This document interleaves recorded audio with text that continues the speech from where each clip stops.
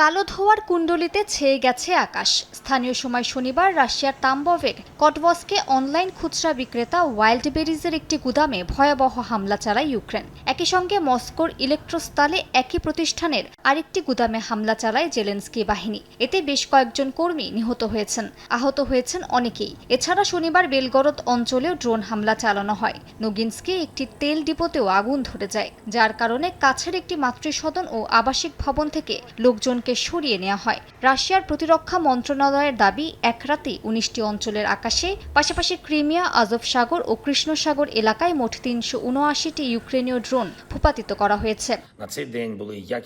অন্যদিকে ইউক্রেনের president Volodymyr Zelensky বলেছেন, হামলার লক্ষ্য ছিল রাশিয়ার ড্রোন উৎপাদন ও সামরিক সরঞ্জাম সরবরাহে ব্যবহৃত দুটি বড় লজিস্টিক কেন্দ্র। তার দাবি, মস্কো ও তাম্বভ অঞ্চলের এসব স্থাপনা থেকে নিষেধাজ্ঞার আওতাভুক্ত যন্ত্রাংশ এবং নেভিগেশন সরঞ্জাম সরবরাহ করা হতো। একই সঙ্গে একটি তেল স্থাপনা এবং কৃষ্ণ সাগর, আজভ সাগর ও অধিকৃত ক্রিমিয়ার কয়েকটি সামরিক লক্ষ্যবস্তুতেও সফল হামলা চালানো হয়েছে বলে দাবি কিয়েভের। এদিকে রাশিয়ার সেনাপ্রধান ভ্যালেরি গেরাসিমোভ দাবি করেছেন, দোনেৎস্ক অঞ্চলের কৌশলগত শহর ক্রাসলি নিমানে ইউক্রেনীয় বাহিনীর সংগঠিত প্রতিরক্ষা ব্যবস্থা ভেঙে পড়েছে। শহরটি দখলের শেষ পর্যায়ের অভিযান চলছে। একই সঙ্গে কনস্তান্তিনিভকা ঘিরে নিয়ন্ত্রণ আরও বিস্তৃত করেছে রুশ বাহিনী এবং স্লোভিয়ানস্ক ক্রামাতরস্ক অভিমুখে অগ্রসর হচ্ছে বলেও দাবি করা হয়েছে।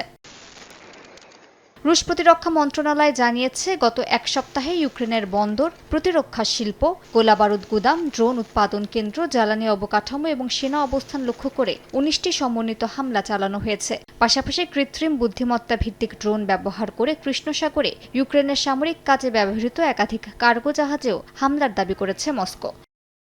মালিহা সুহরওয়ার্দী, সময় সংবাদ।